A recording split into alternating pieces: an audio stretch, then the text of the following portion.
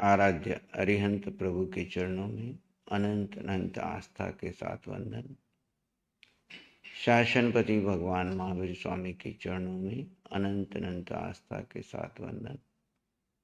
जिन शासन देव, जिन शासन माता को नमन। आत्मज्ञानी सद्गुरुदेव, युग प्रधान आचार्य भगवान के चरणों में अनंत अनंत आस्था के साथ वंदन। आत्मा प्रिय मुनिवृंद, आत्मार्थी साधक साधिकाओं,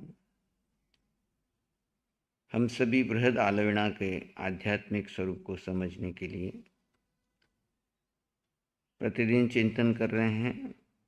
18 पाप स्थान के ऊपर विशेष चिंतन हुआ और उसमें हमने 6 आवश्यक को लेकर के विधि उपयोग सहित आराधे नहीं, पाले नहीं, फरसे नहीं, विधि उपयोग रहित निरादरपने से किए, किंतु आदर सत्कार भाव भक्ति सहित नहीं किए। 6 आवश्यक। उसके पहले लिया हमने ज्ञान की विराधना की। ज्ञान की विराधना, दर्शन की विराधना, चारित्र की विराधना। ज्ञान, दर्शन और चारित्र ये हमारे मोक्ष रत्न है, मोक्ष प्राप्ति के 3 रत्न हैं। इनकी अगर आराधना नहीं कर पाए तो विराधना नहीं करनी चाहिए। मनुष्य है, ह्यूमन बीइंग है, कहीं विराधना हो जाती है तो उसकी हम यहाँ पर आलोचना करते हैं। ज्ञान कौन सा? जो केवलियों के द्वारा प्ररूपित ज्ञान है। उस ज्ञान को पढ़ते समय, समझते समय, सुनते समय, किसी ज्ञानी के मुख से सुनते समय ज्ञान और ज्ञानी की जब हम आशातना कर देते हैं, विराधना कर देते हैं, तो उससे भारी कर्म का बंधन होता है, तो उसकी आलोचना। दर्शन यानी अपनी श्रद्धा, दर्शन यानी अपनी धारणा। जो वितराग मार्ग में धारणा है कि सत्य को सत्य मानना है, असत्य को असत्य मानना है, लेकिन दोनों में भ्रम होकर के दोनों की विपरीत रूपणा कर देते हैं या विपरीत चले जाते हैं, तो वो दर्शन की विराधना की। फिर चारित्र की विराधना। चरित्र यानी है जिससे हमने आने वाले कर्मों को रोका और पुराने कर्म जो हमने क्षय किए हैं, एकत्रित किए हैं, उनको क्षय करने का जो प्रयोग करते हैं उसको हम चरित्र कहते हैं। चरित्र का मतलब है चयन किए हुए कर्मों को रिक्त करना। चयन किए हुए कर्मों को रिक्त करना, पुराने कर्मों को तो क्षय करना और नए कर्म आने के रास्ते को बंद कर देना। चरित्र की विराधना। और फिर है चरित्र की विराधना। चरित्र में क्या लेंगे? चरित्र में क्या लेंगे? हर बार पढ़ लेते हैं हम इसको। ज्ञान, दर्शन, चरित्र समझ में आया। ज्ञान, दर्शन के चरित्र के पालक करने वाले साधु साध्वी यहाँ समझ में आते हैं। चरित्र में क्या आते हैं? चरित्र का अर्थ क्या समझेंगे? कुछ चरित्र, कुछ अचरित्र। संधि विच्छेद करो। चरित्र, अचरित्र। चरित्र कुछ है और कुछ अचरित्र है। कौन है ऐसे तीर्थ में? है चरित्र अचरित्र ये एक ही संज्ञा है। चरित्र में ऊपर आ गए ज्ञान, दर्शन, चरित्र में साधु आ गए, साधु साध्वी आ गए, तो बाकी कौन रहा तीर्थ में? तो श्रावक श्राविका किस में आते हैं? चरित्र, यानी उन्होंने चरित्र में कुछ अचरित्र यानी आगार रखे छूट रख रखी है। तो कुछ तो वो चरित्र में है और कुछ अचरित्र में है, तो उसको हम क्या कहते हैं? चरित्र अचरित्र की विराधना की हो, यानी श्रावक की विराधना की हो, श्राविका की विराधना की हो। श्रावक व्रत नहीं, खुद श्रावक श्राविका तीर्थ है ना, वो चरित्र का पालन कौन कर रहे हैं? वो कर रहे हैं। उनकी विराधना। बैठने दो, जैसे बैठने दो उसको, जैसा बैठे। विराधना की हो। तप की विराधना। तप में क्या आता है? 12 प्रकार के तप, बाह्य और आभ्यंतर तप। शुद्ध। अब तप करते समय विराधना कैसे करते हैं? तप में उपसर्ग आ गया, परिसर आ गई, आकुल व्याकुलता हो गई, आत्म ध्यान करने लगे, तब तो किया, आमंत्रण तो किया, कर्म आमंत्रित करने के लिए तब तो कर लिया, लेकिन करने के बाद सहनशीलता नहीं रही, विभाव दशा में चले गए, पर चिंतन में चले गए, और यहाँ तक कि तपस्या करते करते पूरे दर्शन के ऊपर ही अंगुली उठा दी, क्या तपस्या है, क्या जैन धर्म है, ऐसा है, आपसे पालन नहीं हो रहा है लेकिन सबकी विराधना करने बैठ गए। कहीं उपसर्ग आ गया, कहीं परेशान आ गया, कोई ऐसी स्थिति आ गई, या कुछ ऐसे लोग मिल गए जो तब की मखौल उड़ा रहे हैं, हम उनके साथ हाँ में हाँ कर रहे हैं, है ना, उसमें भी विराधना कर जाते हैं। शुद्ध श्रद्धा, शुद्ध श्रद्धाशील, संतोष, क्षमा आदि निज धर्म स्वरूप की विराधना की। इसको निज धर्म कहा। शुद्ध श्रद्धा यानी आत्मा का स्वभाव जीव के प्रति श्रद्धा करना है, संशय करना नहीं। शील का पालन करना यानी शील सदाचार में रहना, यानी जीव स्वभाव में रहता है तो वो शील में रहता है, सदाचार में रहता है। संतोष, मेरे पास सब कुछ है, मुझे कुछ नहीं चाहिए। संतोषी कौन होता है? जिसको समृद्धि का एहसास हो जाता है। समृद्धि का एहसास किसको होता है? जिसको सत्य का बोध हो जाता है, जिसको आत्मा का बोध हो जाता है, वो अपनी समृद्धि का एहसास कर लेता है, तो फिर वो याचक नहीं बनता है, वो संतोष में रहता है। चाहे सब कुछ, सारी दुनिया उसको भेंट की जा रही है, लेकिन वो कहता है मुझे कुछ नहीं चाहिए, मुझे आवश्यकता ही नहीं है। साधु को रोज आकर के लोग दुनिया भर की ऑफर करते, महाराज ये ले लो, महाराज ये ले लो, महाराज ये ले लो। साधु कहता मुझे कुछ चाहिए नहीं। साधु कहता मुझे कुछ चाहिए नहीं, मैं कुछ इकट्ठा करने के लिए साधु बना ही नहीं। शरीर को उपयोग के लिए चाहिए तो जितनी आवश्यकता है मर्यादा अनुसार लेकर के विषय खत्म। उसमें भी आसक्ति नहीं, उसमें भी आसक्ति नहीं, अनासक्त भाव से। तो संतोष, क्षमा, ये निज गुण है। क्षमा आदि जो 10 धर्म हैं ये आत्मा के निज स्वभाव है, निज गुण है। धर्म के स्वरूप की विराधना की हो, अपने स्वरूप के ऊपर ही संशय उठा दिया, उसकी विराधना की हो। एक है आराधना, एक है विराधना। आराधना तो उसमें लीन होकर के करना, एक विराधना उसके विभाव में जाकर के उसके विपरीत बोलना, विपरीत चिंतन करना, विपरीत सोचना, विपरीत विचारधारा में जा और बैठ करके जो आराधना कर रहे हैं उनकी निंदा करना, ये भी विराधना।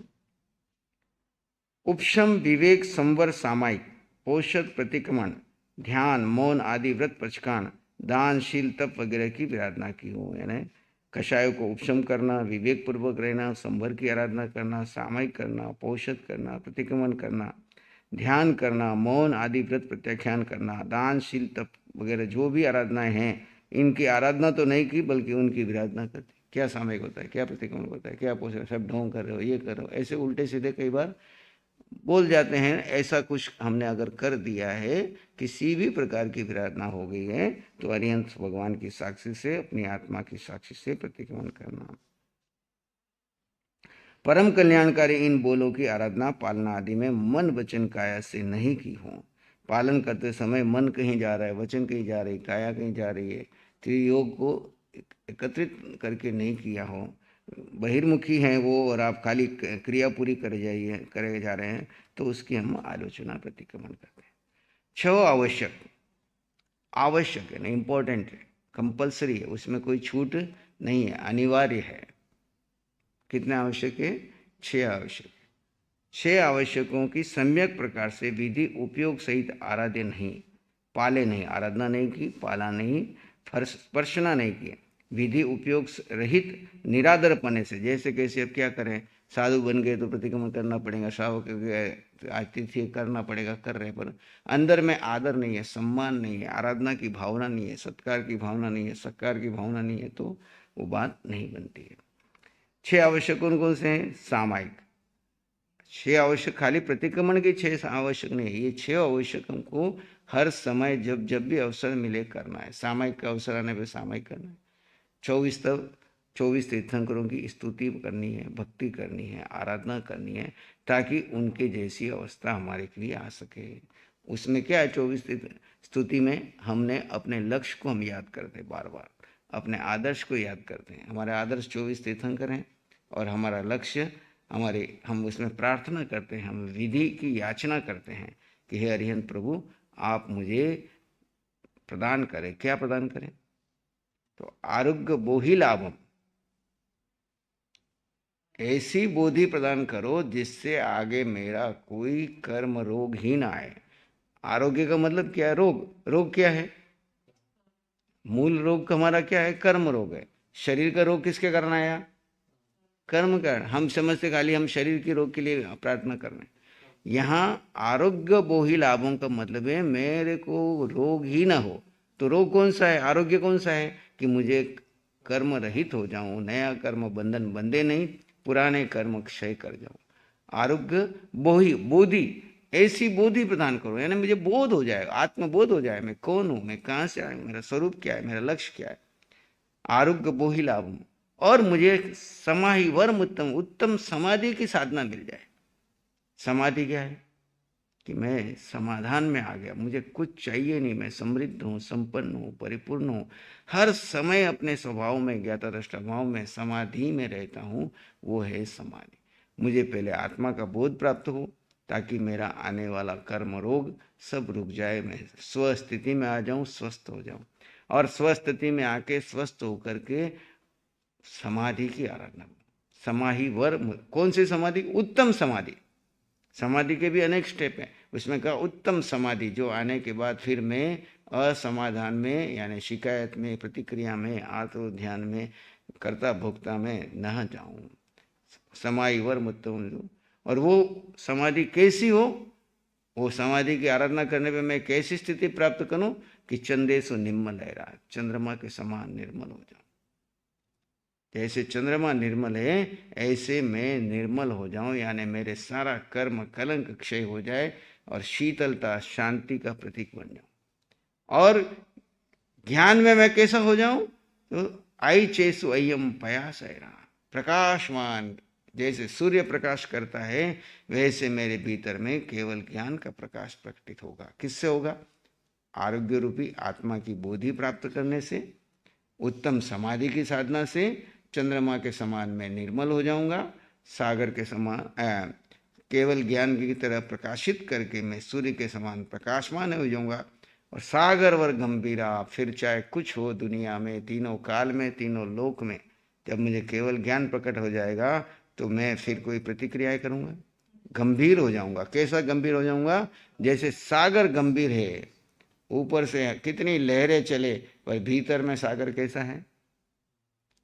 ऊपर से कितनी हवाएं आए, विचार आए, आंधी आए, तूफान आए, कुछ हो, लेकिन सागर भीतर से शांत समाधिस्थ है। ऐसे मन में कुछ हो, वचन में कुछ हो, काया में कुछ हो, दुनिया में कुछ हो, तीनों काल और तीनों लोक में कुछ हो, परंतु मैं जीव अपने समाधि में रहूंगा, अपने स्वभाव में रहूंगा।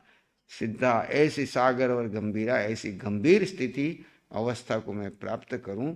और मेरे को ऐसी विधि दो जिससे मैं सिद्धा सिद्धि, इस सिद्ध गति को मैं प्राप्त कर लूँ। ये है हमारा 24 तव। समय समय पर इसकी आराधना, इस लक्ष्य को याद रखना है, इसकी आराधना करनी। बाकी में पहले स्तुति है, पहले महिमा है। लोगस्व उज्जोए करे धम्म तीर्थ यरे जिने, अरिहंते कित्ते समय उनका कीर्तन करता हूँ, भक्ति करता हूँ। किनका? 24 के लिए 24 तीर्थंकर, ऋषभ देव से लेकर के वर्धमान तक के नाम ले लिए। एवं मैं अभित हुआ, फिर उनकी वाही, आप कैसे हो? विहू ये रह मला, आप कर्म रस से मुक्त हो गए। पहिन जर मरना, आप जन्म मरण से मुक्त हो गए। 24 जीणवरा तीर्थरा में पश्यंतु, हे तीर्थंकर भगवान मैं आपकी शरण में आया, मुझ पर कृपा करें। कित्तीय वंदीय महिया, मैं आपका कीर्तन करता हूँ, वंदन करता हूँ, महिमा करता हूँ। जे लोगस्व उत्तम सिद्ध, आप लोक में उत्तम है, सिद्ध पुरुष है। और अपनी प्रार्थना रखिए कि मुझे क्या चाहिए आपसे। वहां पे किसी पुद्गल की डिमांड नहीं की है। किसी, हम लोग मंदिरों में जाके गुरुओं के पास में जाकर के किसकी डिमांड करते हैं? अपनी पुद्गलों की इच्छाओं की, कामनाओं की पूर्ति मांगते हैं। यहाँ पे दूसरे आवश्यक में आपका लक्ष्य बदलाइए। प्रार्थना है आपकी भक्ति है, और आपका लक्ष्य बताया कि आपको प्रार्थना भगवान के चरणों में क्या करनी है कि स्वरूप बोध की साथ, आरोग्य बोही स्वरूप बोध की साधना मिल जाए, तम समाधि की विधि प्राप्त हो जाए, और उससे क्या होगा कि आप चंद्रमा के समान निर्मल हो जाएंगे, केवल ज्ञान आपका प्रकट हो जाएगा, और सागर के समान गंभीर होकर के आप सिद्धशिला को प्राप्त करेंगे। और फिर दूसरा आवश्यक, ये कंपलसरी बताई प्रार्थना भाव। जब भी साधना शुरू करो, ध्यान में बैठो, पहले 24 तीर्थंकर को, वर्तमान सिमंदर स्वामी आदि को नमन करके भावपूर्वक एक लोगस पढ़ लो आप, और फिर ध्यान में चले जाओ और उस स्थिति में बने रहो। अंत में वापस नमोथुणम के पाठ से वंदन करके कृतज्ञता ज्ञापित करो कि प्रभु आपकी कृपा से जैसी दशा आपकी प्राप्त हुई है वैसी दशा मेरी भी प्राप्त हो, और उस दशा में पराक्रम हमारा चले। तीसरा है वंदना। वंदना क्या है? वंदना हमारा आवश्यक है, कंपलसरी है, टैक्स है। साधना शुरू करने से पहले हर सभा का एक सिस्टम होता है, नियम होता है ना। कोई भी साधना, तो जब भी हम कोई साधना शुरू करें तो पहले वंदन नमन करें।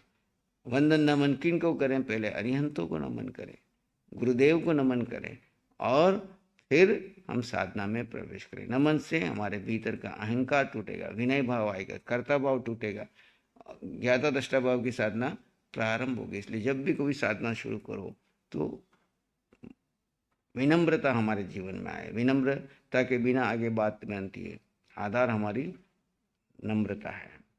तो तीसरा आवश्यक है वंदना। चतुर्थ आवश्यक प्रतिक्रमण। प्रतिक्रमण में पूर्व आलोचना आ गई, क्योंकि हम प्रतिक्रमण का ही एक पार्ट है आलोम, है ना। ध्यान में जाके हम क्या करते हैं? सभी अतिचारों की आलोचना करते हैं, फिर प्रकट में उसका प्रतिक्रमण करते हैं। तो जो हमने व्रत आदरे हैं, व्रत लिए हैं, है ना, चाहे साधु हैं तो साधु के महाव्रत, श्रावक है तो श्रावक के, उन सारे अतिचारों का चिंतन इसमें होता है। या अपनी सरल भाषा में अगर आपको कुछ नहीं है तो पूरे दिन भर में जो जो घटनाएं घटी है ज्ञाता दृष्टा भाव से उसको देखो। सुबह बिस्तर छोड़ने से लेकर के अभी तक खाली क्रिया का नहीं, भाव और विभाव में कहाँ थे? जब क्रियाएं तो शरीर कर रहा था, मन वचन कायाएं कर रही थी, पर मैं जीव वहाँ पे कहाँ था? होश और बेहोशी का प्रतिक्रमण करो। जो जो क्षण मैंने बेहोशी में चले गए उनको अभी मैं होश पूर्वक रिप्ले देखता हूँ। क्रिकेट में रिप्ले दिखाते ना, बॉल तो एक ही किक में चली गई, लेकिन रिप्ले कितना स्लो दिखाते हैं, जिससे आपको मालूम पड़े। ऐसे ही हमने वो क्रिया तो बेहोशी में कर डाली, लेकिन प्रतिक्रमण कैसा करना है, आलोचना कैसे करनी है? स्लो मोशन में होश पूर्वक उस घटना को वापस देखेंगे कि मैं उस समय क्रिया वो चल रही थी, उस समय मैं कहाँ था, जीव कहाँ गया, होश में था या नहीं था? नहीं था, बेहोशी में था, तो वो क्रिया तो जड़ने की, मैं क्यों भोगूं उसको? मेरे उस बेहोशी का मैं प्रतिक्रमण कर रहा हूँ। किसका प्रतिक्रमण कर रहा हूँ? आज तक हमने किसका प्रतिक्रमण किया? क्रिया का प्रतिक्रमण किया, क्रिया में लगने वाले दोषों का प्रतिक्रमण किया, लेकिन होश और बेहोश का प्रतिक्रमण किया। तो अब ज्ञाता दृष्टा भाव के प्रकाश में आप अपने उस होश और बेहोश को देखो। होश में था तो आपकी निर्जरा हो गई उसी समय, और बेहोशी में अगर मैंने उस समय क्रिया कर ली तो अब मैं होश पूर्वक वापस उस दृष्टा भाव से देख रहा हूँ। तो उस क्रिया में जो भी विराधना हुई, दोष लगे हैं, तो उससे जीव अलग हो जाएगा और वो जड़ की क्रिया जड़ के साथ रहेगी। तो ये वंदना, वंदना के बाद प्रतिक्रमण, प्रतिक्रमण में एक अतिचारों का पाठ और एक होश और बेहोश में दृष्टा भाव से देखना। फिर पांचवा आवश्यक है, पांचवा आवश्यक में यहाँ प्रतिक्रमण में सब आ गई आपकी, खामे में सभी जीवा वगैरह सभी जितने, सबसे क्षमा याचना कर ली। अब क्या आता है? अब उन पापों में जो दोष लगे हैं उसके लिए हम तप करते हैं। हमने खाली स्वीकार कर लिया, आलोचना कर ली, प्रतिक्रमण कर लिया, लेकिन कुछ कर्म ऐसे हैं जो इतने मात्र से नहीं क्षय होंगे, तो उसकी शुद्धिकरण के लिए शुक्ल ध्यान में जाकर कायोत्सर्ग करें। सबसे बड़ा तप कौन सा है? सबसे बड़ा तप कायोत्सर्ग है। तो हम शुक्ल ध्यान में प्रवेश करें और कायोत्सर्ग में जाकर के काया का क्या करें? काया को तो बोसिरा दे और जीव जीव में स्थित हो जाए। अब कर्म निकल के ऊपर काया पे आएंगे, लेकिन काया का ममत्व नहीं करूँगा और जीव का जीव में स्थित रहना। सबसे बड़ा प्रायश्चित जो है प्रतिक्रमण में, कहीं पर भी जीवन में दोष लग जाए तो सबसे बड़ा प्रायश्चित कायोत्सर्ग है। क्या है? कायोत्सर्ग में शुक्ल ध्यान का प्रयोग करना। किसका प्रयोग करना? शुक्ल ध्यान कौन सा?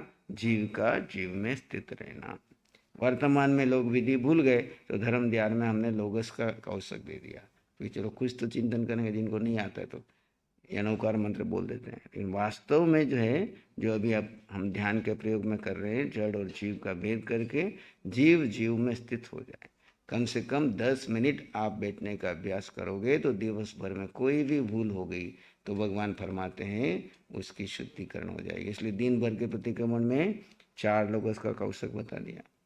4 लोगों का मतलब कम से कम 4 मिनट का शुक्ल ध्यान, 4 मिनट का शुक्र ध्यान। उसमें आपके दिवस भर की विवाह दशा में बांधे हुए कर्मों की क्या होगी, आपका वो कर्म क्षय हो जाएगा। फिर आगे बताया छठा आवश्यक क्या है, प्रत्याख्यान। प्रत्याख्यान का मतलब क्या है, प्रतिधन आख्यान। आख्यान यानी कहना, संकल्प करना कि अब जहां जहां मैं बेहोशी में गया उसका मैंने प्रतिक्रमण कर लिया, आगे के लिए संकल्प करता हूं कि मैं होश में रहूंगा, अब ये दोष फिर से नहीं लगाऊंगा। और फिर भी कोई रह गया है तो उसके लिए बाह्य और आभ्यंतर तप के लिए हम कोई न कोई वहां पे प्रत्याख्यान में वर्तमान में संकल्प करते हैं। तो ये 6 आवश्यक में उपयोग सहित नहीं किया, आराधना नहीं, पालना नहीं की या स्पर्शना ना की, विधि उपयोग रहित निरादरपन है, उसका आदर नहीं किया, है ना, जैसे कैसे पूरा कर लिया। जो भी जब भी कोई अनुष्ठान करो पूरे आदर के साथ, सत्कार के साथ, जितनी भी क्रियाएं धर्म की क्रियाएं हैं चाहे अन्य क्रियाएं, ये सब क्रियाएं आई कहाँ से, अरिहंत भगवान से ही फरमाई है। अगर हम ठीक से नहीं कर रहे थे हमारा दोष है, तो हम उसमें सही उपयोग लगा। भगवान की क्रिया में कोई दोष नहीं है। हम भगवान ने पहले आत्मज्ञान वेद विज्ञान दिया और फिर तीव्रता से साधना करने के लिए क्रियाएं बताई।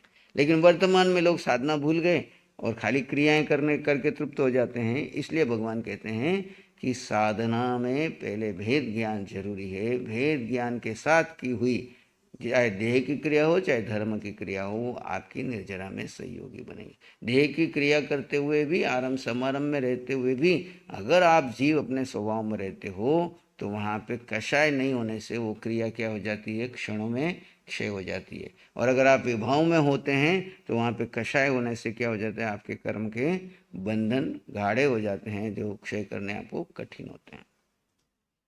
फिर आगे बताया ज्ञान के 14, जो हम आगमे तिबे के पाठ में बोलते हैं, ज्ञान के 14, सम्यक के 5, संकीर्त के 5 तो शंका कांक्षा विचिकित्सा आदि, 12 व्रतों के 60 अतिचार और 15 कर्मादान, संलेखना के 5, संलेखना के 5 है ना, इस लोगासन भोगे, पर लोगासन भोगे, जीवियासन भोगे, मरण, इन 99 अतिचारों में से कोई अतिचार लगा हुआ। इसी प्रकार साधु जी के 125 अतिचारों में से 52 अनाचारों का श्रद्धान आदि के विराधना आदि की है वो। इनमें अतिक्रम व्यतिक्रम अतिचार, ये 4 स्टेप है कर्म आने के, अतिक्रम व्यतिक्रम अतिचार अनाचार। और ये चारों मन से भी होते हैं, वचन से भी होते हैं और काया से भी होते हैं। मन से अतिक्रम करना, मन से व्यतिक्रम करना, मन से अतिक्रम से अतिचार लगाना और मन से ही अनाचार कर लेना। ऐसे वचन से अतिक्रम करना, वचन से व्यतिक्रम करना, वचन से अनाचार, अतिचार और अनाचार लगाना, ऐसी काया से। तो इन सब में से किसी भी प्रकार का दोष लगा है तो मैं अरिहंत भगवान की साक्षी तस्मिच्छामि दुक्कड़म देता हूँ। मैंने जीव को अजीव श्रद्धा हो। अब ये 25 प्रकार के मिथ्यात्व की चर्चा, 10 प्रकार का मिथ्यात्व हम 25 बोल में पढ़ते हैं, यहाँ पे बताया 25 प्रकार का मिथ्यात्व। 25 को जीव को अजीव श्रद्धा तो प्ररूपिया, अजीव को जीव श्रद्धा प्ररूपिया, धर्म को अधर्म और अधर्म को धर्म श्रद्धा प्ररूपिया, साधु को असाधु व असाधु को साधु श्रद्धा, तथा उत्तम पुरुष साधु मुनिराज महासत्य जी की सेवा भक्ति मान्यता आदि यथाविधि नहीं की, नहीं करे, नहीं अनुमोदी, तो असाधुओं की सेवा भक्ति मान्यता आदि का पक्ष किया। मुक्ति मार्ग में संसार का मार्ग यावत 25 मिथ्यात्व में से किसी मिथ्यात्व का सेवन किया, कराया, अनुमोदा। जैन तत्व प्रकाश में 25 मिथ्यात्व का विस्तार से वर्णन दिया हुआ है, जिसमें दिया है अभिग्रहिक मिथ्यात्व, अनाभिग्रहिक मिथ्यात्व, अभिनिवेशिक मिथ्यात्व, सांशयिक मिथ्यात्व, अनाभोग मिथ्यात्व, लौकिक मिथ्यात्व,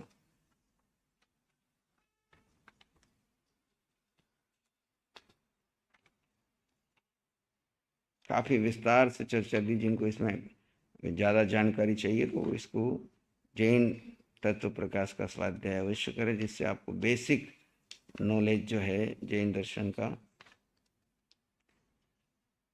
लौकिक मिथ्यात्व बात बताया। सातवां लोकोत्तर मिथ्यात्व। लौकिक मिथ्यात्व में जैसे देवगत लौकिक मिथ्यात्व, गुरुगत लौकिक मिथ्यात्व, धर्मगत लौकिक मिथ्यात्व। देवों को, लौकिक देवों की मान करके उनके पीछे चले जाना, गुरुओं को लौकिक संसार में और ले जाना, धर्म की लौकिक बात, इस लोक की जितनी भी चर्चा की जा रही है वो सब लौकिक है। लोकोत्तर मिथ्यात्व में भी ऐसे ही देवगत मिथ्यात्व, लोकोत्तर देवगत गुरु मिथ्यात्व और लोकोत्तर धर्मगत मिथ्यात्व। जो तीर्थंकर कहलाता हो, तीर्थंकर शरीर का वेश भी धारण करता हो, किंतु जिसमें तीर्थंकर के लेश मात्र भी गुण न हो, जो 18 दोषों से भरा हुआ हो, ऐसे पुरुष को तीर्थंकर देव मानना तथा वितराग भगवान के नाम को मनोती मानकर श्लोक संबंधी सुख, धन, पुत्र, निरोगता आदि की इच्छा करना, दुनियादारी की झंझटों को दूर करने की इच्छा करना अथवा इसके तीर्थंकर भगवान का स्मरण जप आदि करना लोकोत्तर देवगत मिथ्यात्व है। ये सारा इसमें विस्तार से दिया। कुप्रावचनिक मिथ्यात्व। जिन वाणी से न्यून प्रोपणा करना मिथ्या, जिन वाणी से अधिक प्रोपणा करना मिथ्या, जिन वाणी से विपरीत प्रोपणा करना मिथ्यात्व।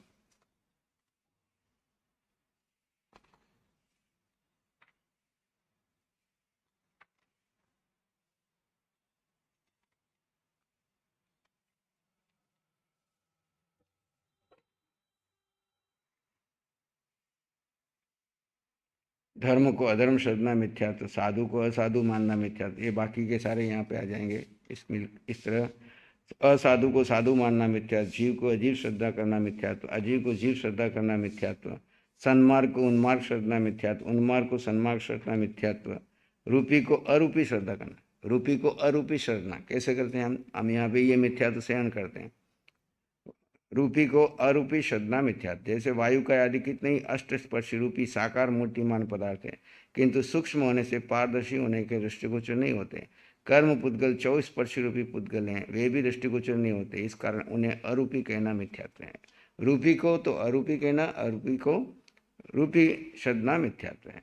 अविनय मिथ्यात्व, अशातना मिथ्यात्व, अक्रिया मिथ्यात्व और अज्ञान मिथ्यात्व। ये 25 प्रकार का मिथ्यात्व का, जो इनमें से किसी भी मिथ्यात्व का सेवन हमने किया हो, कराया हो, अनुमोदा हो, तो उसकी हम आलोचना करते हैं, प्रतिक्रमण करते हैं। 25 प्रकार के कषाय। कौन से 25 कषाय बताओ, बताओ भाई। 25 कषाय।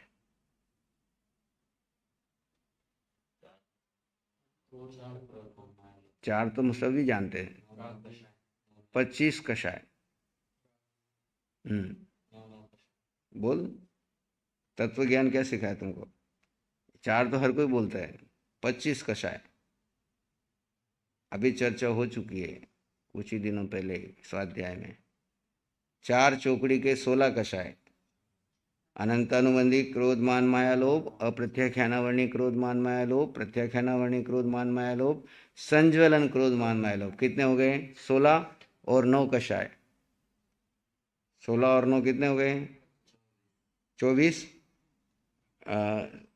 25 कषाय संबंधी, 16 कषाय ये और 9 कषाय, 16 4, हाँ 25 हो गया। हमारी मिस्टेक हो रही गिनने में। 16 और 4, मैं क्या यहाँ शास्त्रकार गलत नहीं लिख सकते, हमारी कहीं मिस्टेक हो रही है। और कोई कषाय याद नहीं आ रहा है। तो 25 कषाय संबंधी, यानी इन कषाय यानी विभाव में जाकर के ये 25 कषाय कौन से मोह कर्म के भेद हैं? मोहनी तो है, पर कौन सा मोह? मोह के 2 भेद हैं। मोह के 2 भेद हैं। कौन कौन सा? दर्शन मोहनी और चारित्र मोहनी। ये किसके भेद हैं? चारित्र मोहनी के भेद। दर्शन मोहनी में 3 भेद आते हैं। 3, मिथ्यात्व मोहनी, सम्यक्त मोहनी और मिश्र मोहनी। दर्शन मोहनी के 3 और चारित्र मोहनी। दर्शन यानी धारणा, दर्शन यानी श्रद्धा, दर्शन यानी प्ररूपणा, दर्शन यानी सत्य असत्य में ही भ्रम। अब सत्य असत्य का भ्रम तो मिट गया, लेकिन चरित्र में बाधक है। क्या है? ये कषाय। 16 और 9 25 कषाय जब आप क्षय करोगे तो आपका मोह कर्म क्षय होगा। 25 कषाय में 16 तो अपने आप में कषाय है और 9 कषाय की उत्पत्ति के कारण है। इसलिए कहते हैं सब झगड़ों का मूल हंसी। क्यों बताएं? कषाय की उत्पत्ति का कारण हंसी मजाक। आप बैठ करके यहाँ पे पूरे घर में सब लोगों को बैठ के हंसी मजाक उड़ाओ। अब सबके सामने वो बोलता तो कुछ नहीं है, लेकिन उसको भीतर से बड़ी पीड़ा हो रही है, तो उसके मन में क्या पैदा हो रहा है? क्रोध आ रहा है, ईगो आ रहा है, और अंदर ही अंदर में संकल्प करना है, अवसर आने पे मैं इसको बताऊंगा। अभी तो सुन लेता है, चाहे वो आपकी देरानी है कि जेठानी है कि भाई है कि बेटा है कि बच्चा है, उस समय सबके बीच में सुन रहा है, लेकिन हंसी मजाक में उसको, इसलिए कहा हंसी मजाक मत करो। हास्य, रति, अरति, है ना, किसी में रुचि लेना, किसी में अरुचि लेना। भय, डरना, दर्द, भयभीत कौन होना है? मोहिनी कर्म वाला। शोक करना, शोक करने की कोई बात ही नहीं है दुनिया में, काहे को शोक करना? छोटी छोटी बातों के ऊपर शोकग्रस्त होकर के बैठ जाता, तो वो शोक भी कषाय उत्पत्ति का कारण है। भय, शोक, जुगुप्सा, घृणा करना, किसी कपड़े को देखे, किसी को वेश को देखे, किसी वस्तु को देखकर, किसी स्थान को देखे। घृणा जैसा कुछ है नहीं, सब पुद्गल है, बदलने वाली अवस्था है। हास्य, जुगुप्सा, स्त्री वेद, पुरुष वेद, नपुंसक वेद, जो जब मन में भाव उत्पन्न होते हैं तो वेद आते हैं, वेद पूर्ति नहीं होती है तो कषाय पैदा होते हैं, स्त्री वेद आदि। ये 9 कषाय अपने आप में कषाय नहीं है, पर कषाय की उत्पत्ति के कारण है। कारण खत्म हो गया तो कार्य अपने आप ही खत्म हो जाएगा। कारण को खत्म करना पहले है। तो ये 9 कषाय की उत्पत्ति के कारण है। यहाँ पर आप स्वभाव में रह करके न तो किसी की हंसी मजाक दिल की उड़ाओ, न किसी की हास्य रति, जो असंयम के स्थान है उसमें रति मत करो। संयम में तो रुचि लो, असंयम में अरुचि रखो। हम क्या करते हैं? उल्टा करते हैं, असंयम में तो रुचि रखते हैं, संयम में अरुचि रखते हैं। तो संयम में रुचि लोगे तो असंयम अपने आप छूट जाएगा। रति अरति, भय, भयभीत मत हो, क्योंकि जिससे डर रहे हो उसमें कौन है? मान लीजिए आपके सामने एक चूहा आ गया, चूहा में क्या है? वही जीव है। आप और हम दोनों एक समान है। आप रास्ते में जा रहे हो, सामने बिल्ली आ गई, अब बिल्ली में कौन है? अब वो सब धारणा निकाल के फेंक दो, वो बिल्ली आ गई तो मेरा रास्ता काट गई, तो आगे झगड़ा हो जाएगा। ये सब संशय, मिथ्यात्व है। मन ही मन में आपने ये भावना कर ली, आपकी धारणा से होगा सब कुछ। आपने धारणा कर ली कि आज झगड़ा होने वाला है, तो नहीं होने वाला तभी हो जाएगा, क्योंकि दिमाग में बार बार मन क्या कर रहा है? आज बिल्ली काटी, आज झगड़ा होगा, आज बिल्ली काटी, झगड़ा होगा, आज ये होगा, आज ये होगा, कुछ ना कुछ अनहोनी हुई, कुछ अनहोनी हुई, वो हो ही जाती। तो बिल्ली भी एक शुद्ध आत्मा है, आप भी शुद्ध आत्मा है। जिससे भयभीत हो रहे हो उसका भेद करके उसमें वही जीव देखो। अगर उसमें वही जीव देखोगे तो आपके अंदर का भय निकल जाएगा। भय मोहिनी कर्म का प्रतीक है। इसीलिए 9 कषाय में ये 9 कषाय ये भय के कारण है। हास्य, रति, अरति, भय, शोक, जुगुप्सा, स्त्रीवेद, ये सारी बातें हैं। इनमें कारण को मिटा दो, फिर कार्य अपने आप ही समाप्त हो जाएगा। हम क्या करते हैं? कार्य को मिटाने की कोशिश करते, कारण को नहीं मिटाते। कारण को मिटा दो। संसार का कारण क्या है? कर्म। कर्म का कारण क्या है? ये 9 कषाय उत्पत्ति होते हैं, और फिर कषाय, कर्म का कारण कषाय, कषाय से। कषाय उत्पत्ति ना हो इसके लिए पहले इन सब चीजों में मत जाओ। तो 25 कषाय संबंधी, अब 25 क्रिया संबंधी। 25 क्रियाओं के बारे में भी बताया है जिन तत्व प्रकाश में।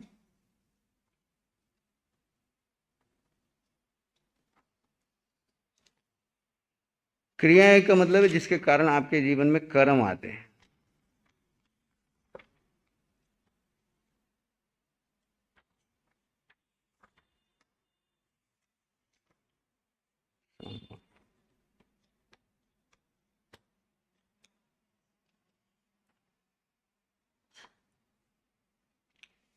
विभिन्न प्रकार की क्रियाओं से जो कर्म आते हैं उसको क्रियाएं कहते हैं।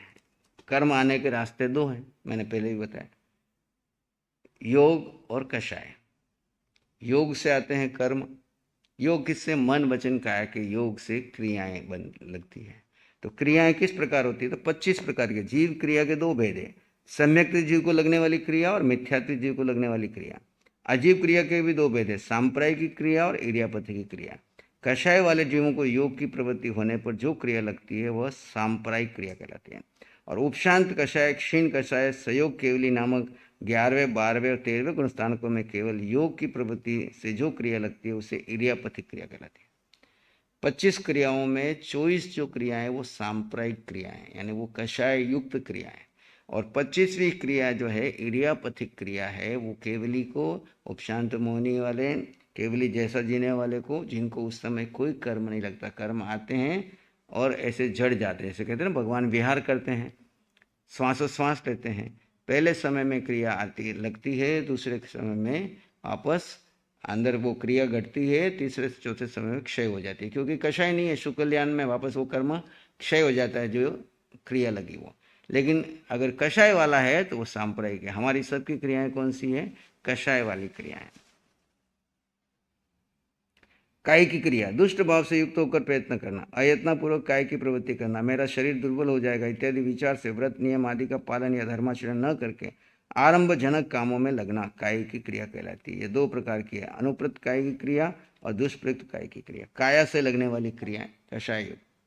अधिक करने की क्रियाएं जैसे चाकू, छुरी, सुई, कैंची, तलवार, भाला, बर्छी, धनुष बाण, बंदूक, तोप, कुदाली, फावड़ा, हल, चक्की, मूसल आदि शस्त्रों का संग्रह या प्रयोग करने से तथा कठोर दुखजनक वचनों के उच्चारण करने से अधिक करने की क्रिया लगती है। एक तो इन सभी, और दूसरा हमारे कठोर शब्दों से भी अधिक करने की क्रिया लगती है। इसलिए कभी कठोर वचन न बोल करके संयोजनादि करने की, जो शस्त्र अधूरे हो उन्हें पूरा करना, निवर्तनादि करने, शस्त्र नए बनाकर इकट्ठे करना, जो पहले का खराब हो गया उसको ठीक करा के रखना और ताकि काम आएगा, और नहीं है तो नया बनवाना। प्राद्वेषी की ईर्ष्या द्वेष के विचार से यह क्रिया लगती है, जैसे दूसरे को धनवान, बलवान, सुखी, सत्ताधीश, विद्वान देखकर द्वेष करना, जलना, ईर्ष्या करना और सोचना कि यह कब बर्बाद हो या दुखी हो, ऐसी जो चिंतन से जो क्रिया लगती है वो प्राद्वेषी की क्रिया है। जीव पर द्वेष भाव धारण करना, मनुष्य, पशु आदि जीवों को दुखी देखकर आनंद मनाना, और अजीव पर द्वेष भाव लाना, वस्त्र, आभूषण, मकान आदि जीव वस्तु का विनाश कब होगा ऐसा सोचना, दोनों प्रकार की क्रियाओं से कर्म के बंध होते हैं। कैसे? ऐसे खाली मानसिक सोचते रहते हैं तो क्रिया लगती है और इससे कर्म का बंधन होता है। परितापने की, हाथ की मुट्ठी या लकड़ी आदि के किसी के शरीर को अवयवों का छेदन करने से या ताड़न तर्जन करके परिताप उपजाने से लगती है। यह भी दो प्रकार की है, स्वहस्ती की, अपने हाथ वचन से किसी दूसरे को या अपने आप को दुख देना। कई लोग अपने हाथ से किसी को मारते हैं या खुद ही खुद को मारते हैं, वो क्या है? परितापने की क्रिया है, खुद को आतापन देना या किसी और को तकलीफ देना। परिहस्ती की, दूसरे के हाथ से या वचन से या दूसरे को या अपने को दुख पहुंचाना। ऐसी प्राणातिपात की, यानी विष या शस्त्र आदि के जीवों को घात करके प्राणातिपाती क्रिया लगती है। इसके भी दो भेद है, स्वहस्ती की और परहस्ती की। आरंभ की, पृथ्वी, पानी, अग्नि, वायु, वनस्पति, त्रस्काय के जीवों की हिंसा करना का जब तक त्याग नहीं किया जाता तब तक उनका जितना आरंभ होता है वह सब पाप की क्रिया लगती है। आपको व्रत लेने के लिए क्यों कहते हैं? आप जब तक ये त्याग पचकर्ण नहीं करते हो तो सारी दुनिया की क्रिया आपको लग रही है। साधु को क्यों नहीं लग रही क्रिया? कि साधु ने अपने सभी का त्याग कर दिया, छह काय के आरंभ समारंभ का त्याग कर दिया। कहीं पर भी प्रमादवश, बेहोशीवश लग रही है तो वो उसकी रोज आलोचना प्रतिक्रमण करके शुद्धि करता है। लेकिन जिसने त्याग नहीं किया उसको सारी दुनिया लग रही है। कि श्रावक भी अपनी मर्यादा करे तो जितनी छूट रखी है उसके अलावा सब त्याग कर लिया उसने। श्रावक को कितनी मर्यादा आगा रखवा रखा, जितना आगा रखा उसी का उसको आश्रम लग रहा है, अन्यथा पूरी दुनिया खुली थी। इसलिए श्रावक को 12 व्रतों में मर्यादा कर लेनी चाहिए, और साधु को जीवन पर्यंत के लिए जो मर्यादा की है उसमें कहीं प्रमादवश, बेहोशीवश क्रिया लगती है तो उसका प्रतिक्रमण करना चाहिए। आरंभिकी, फिर परिग्रही की, धन, धान्य, द्विपद, चतुष्पादी परिग्रह का त्याग न किया हो तो, मर्यादा न की हो तो लोक में जितना भी परिग्रह है सब की क्रिया लगती है। ये परिग्रह की मर्यादा, कितना परिग्रह चाहिए मुझे, एक लिमिट कर लो, मर्यादा कर लो, नहीं तो सारे लोक में जितना परिग्रह खुला है सब तरह आपका मन डोल रहा है, सबको इकट्ठा करने की, भाई आप करो या ना करो, आपको वो क्रिया लग रही है। तो जीव परिग्रह क्रिया और अजीव परिग्रह क्रिया, जीव से संबंधित और अजीव संबंधित। माया प्रत्यय, कपट करने के लगने वाली क्रियाएं, अप्रत्याख्यान प्रत्यय, उपभोग और परिभोग की, इन दोनों की प्रकार की वस्तु को चाहे उपभोग किया जाए या न किया जाए, आपका खुला है तो सबका आश्रय आपको लगता है। मिथ्या दर्शन प्रत्यय, कुदेव, कुकुरु, कुधर्म की श्रद्धा रखने पर लगने वाली क्रिया, यह भी दो प्रकार की, न्यूनाधिक मिथ्या दर्शन प्रत्यय, विपरीत मिथ्या दर्शन प्रत्यय। दृष्टि की क्रिया किसी भी वस्तु को देखने से लगने वाली क्रिया, इनमें भी दो क्रिया है। जीव दृष्टि का स्त्री पुरुष हाथी घोड़ा बाघ बगीचा नाटक आदि देखने वाली क्रिया, अजीव दृष्टि का वस्त्र आभूषण क्रिया। आपने को मन करा ये देख के आऊँ, ये देख के आऊँ, देख के आऊँ, अगर आपकी मर्यादा है तो फिर इधर उधर आप भटकोगे नहीं। स्पष्ट की क्रिया, किसी का स्पर्श करने से लगने वाली क्रिया। पारुचीय क्रिया, जिसमें जीव अजीव रूपी बाह्य वस्तु के निमित्त से जो राग द्वेष की उत्पत्ति होती है उससे लगने वाली क्रिया।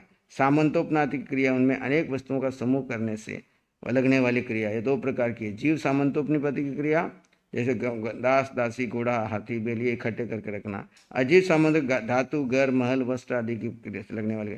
स्वहस्ती की साथ या परस्पर लड़ाई कराने से लगने वाली क्रिया, इसके भी दो भेद हैं। जीव हस्ती की, जैसे मेंढा मुर्गा सांड तातर खेल के लिए इनको लड़ाते हैं करते हैं। और ऐसी नैशस्त्री की, किसी भी वस्तु का बिना यत्न से पटक देने से लगने वाली क्रिया, जैसे वो आपने कोई वस्तु उठा करके ऐसे पटक दी, या कोई जूली आदि निकाल करके ऐसे ऊपर से फेंक दिया, धूप में छोड़ दिया, खटमल आदि ऐसे कुछ, तो इसमें लगने वाली क्रिया। आज्ञापनी की आणविया, इसमें स्वामी की आज्ञा के बिना किसी भी वस्तु को ग्रहण करना, आज्ञा देकर किसी वस्तु को मंगवाना, इसके भी दो भेद हैं। एक जीव आणवणिया अजीव और सजीव वस्तु का मंगवाना, और अजीव आणवणिया निर्जीव वस्तु को मंगवाना। वेदारणिका क्रिया, किसी वस्तु का विदारण करने से अर्थात छेदन भेदन करने से लगने वाली क्रिया, इसके भी दो भेद है। जीव वेदारणिका जिसमें साग भाजी फल फूल आदि, अजीव वेदारणिका में वस्त्र धातु मकान आदि। ऐसे अनाभोग प्रक्रिया, उपयोग और सावधानी के बिना कार्य करने से लगने वाली क्रिया, इसके भी दो भेद है। वस्त्र पात्र आदि साधन बिना देखे असावधानी से ग्रहण करने से रख लेने से लगने वाली क्रिया। वस्त्र पात्र आदि साधनों को असावधानी से प्रतिलेखन करने पूजने से लगने वाली क्रिया अनाभोग प्रक्रिया। अणुकंख विद्या, अपेक्षा बिना काम करना, दोनों यह परलोक से विरुद्ध काम करना, हिंसा में धर्म बतलाना, महिमा पूजा के लिए तप संयम आदि का आचरण करना, ये सब अणुकंख वत्तियाँ। अणाप ओगवत्तिया क्रिया, दो वस्तुओं के संयोग मिला देने से के लिए दलाली करना, इसके दो भेद है। सजीव स्त्री पुस्तक गाय भैंस आदि का संयोग मिला देने की दलाली से लगने वाली क्रिया। अजीव वस्त्र आभूषण आदि की दलाली करने से लगने वाली क्रिया। अतः पाप कर्म की दलाली से सदैव बचते रहना चाहिए। सामुदानिया क्रिया, बहुत से लोग मिलकर जो एक कार्य करते हैं उसमें होने वाली क्रिया, जैसे कंपनी बनाकर व्यापार करना, इकट्ठा होकर नाटक देखना, मंडल बनाकर व्यापार करना, टोली बनाकर ताश खेलना, शतरंज आदि खेलना, हजारों आदमियों को मिलकर फांसी की सजा देखना, वेश्या का नाच देखना। अब ऐसे जो हम पिक्चर देखते हैं, ऐसे चित्र देखते हैं, ऐसे सीन देखते हैं, उसमें उस समय जो भाव क्रिएट होते हैं, उससे जो कर्म बन रहे उसको सामुदायिक क्रिया रखते हैं। पेज्यवती या प्रेम, अनुराग में कारण लगने वाली क्रिया, इसके भी दो, मायाचार करने से लगने वाली क्रिया, लोभ करने से लगने वाली क्रिया। दोषवती या द्वेष से लगने वाली क्रिया, इससे भी दो भेद है। क्रोध करने से लगने वाली क्रिया, मान करने से लगने वाली क्रिया। यहाँ क्रोध और मान को द्वेष कषाय की प्रकृति में अंतर्गत किया। इस प्रकार सांप्रदायिक क्रिया के 24 भेद और 25वीं है इरिया वही क्रिया। 11वें 12वें 13वें गुणस्थान वाले उपशांत कषाय क्षीण कषाय वितराग भुगंतों को नाम कर्मोदय आदि के कारण से योग की शुभ प्रवृत्ति होती है रहती है, उसमें सातावेदनी कर्म के दलीगों का बंध होता है, किंतु कषाय रहित होने के कारण उन्हें प्रकृति बंध और प्रदेश बंध होता है, स्थिति और अनुभाग नहीं होता है, क्योंकि यह दोनों बंध कषाय से होते हैं। इस प्रकार वितराग भुगंतों को पहले समय में सातावेदनी के पुद्गल बनते हैं, दूसरे समय में उनका वेदन होता है और तीसरे समय में उनकी निर्जरा हो जाती है। इस प्रकार इस क्रिया के दो भेद हुए। छद्मस्त कषाय साधु को चलने फिरते लगने वाली क्रिया, सहयोगी केवली 13वें गुणस्थानवर्ती अरिहंत को लगने वाली क्रिया। ये 25 क्रियाएं कर्म बंधन का कारण है। सम्यक दृष्टि पुरुष को इनसे बचने का तथा यथासंभव प्रयत्न करना चाहिए।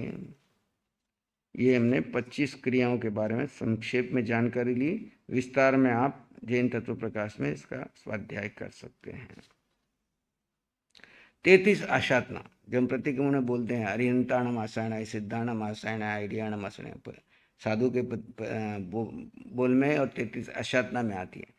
तो इनमें से किसी की भी आशातना की हो, अरिहंत की, सिद्ध की, आचार्य की, उपाध्याय की, साधु की, श्रावक की, श्राविका की, है ना, सावणम सावणिनम साव्याणम साव्याणम सावियाणम, देवाणम देव की आसाधना की, देवीणम देवी की आसाधना की, देवाणम देवीणम, ये लोग इस लोक की आसाधना, परलोक की आसाधना की, है ना। तो ये 33 आशातनाओं में से किसी की भी आशातना की हो तो उसका भी यहाँ पे प्रतिक्रमण बताया है। 33 आशातना के भी डिटेल इसमें दी है 25 बोल में इसके अंतर्गत।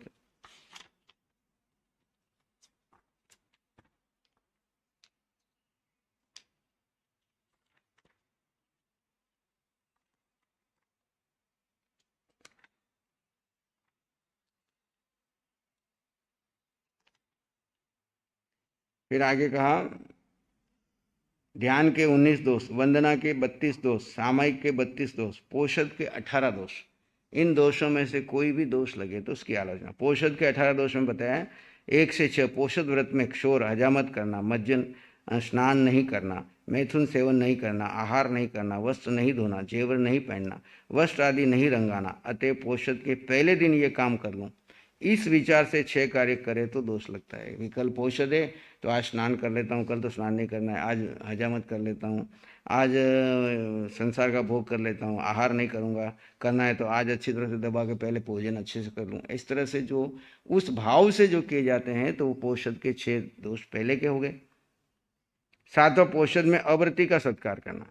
पोषद में आप व्रती हो गए, यानी आप व्रत आराधना कर रहे हैं, तो जिन्होंने व्रत नहीं ले रखा है उनका उसमें सत्कार सम्मान नहीं करते। यानी एक दिन का वो आपका एक दिन का साधु बना है, आप एक दिन के साधु बन करके रहो, जीवन पर्यंत तो नहीं ले सकते हो, तो एक दिन के लिए साधु जैसा जीवन जी रहे हो। आसन देना, व्यावच करना, शरीर का श्रृंगार करना, जैसे सिर के बाल संवारना, दाढ़ी मूछ संवारना, धोती की पट्टी बांधना, खुद के या दूसरों के शरीर का मैल उतारना, दिन में निद्रा लेना या रात्रि में 2 पहर से अधिक।